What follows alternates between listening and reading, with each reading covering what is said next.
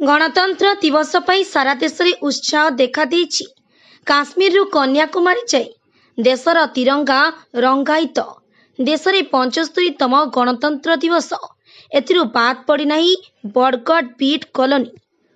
75तम गणतंत्र दिवस पालित विभिन्न स्थान में स्कूल शिक्षक और शिक्षयित्री सम्मानित अतिथि एवं छात्र छात्री मानकु नहीं अति सुंदर भाव में पालन करिसेंती।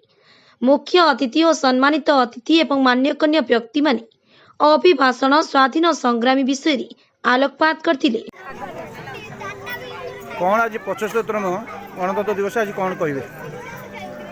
आज दिवस हूँ गोटे भाईचारा दिवस जो समय मनीष को किभली भाव में समाज में बंचार नियम प्रणयन करा जो संविधान प्रणयन करा।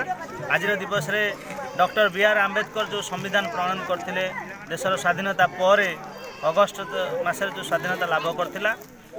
आज साधारणतंत्र दिवस रे बा रिपब्लिक डे रे आमे समस्ते भाईचारा नहीं चलिबा, समाज को सुस्थ रखिबा, संस्कार सहित रखिबा। धन्यवाद।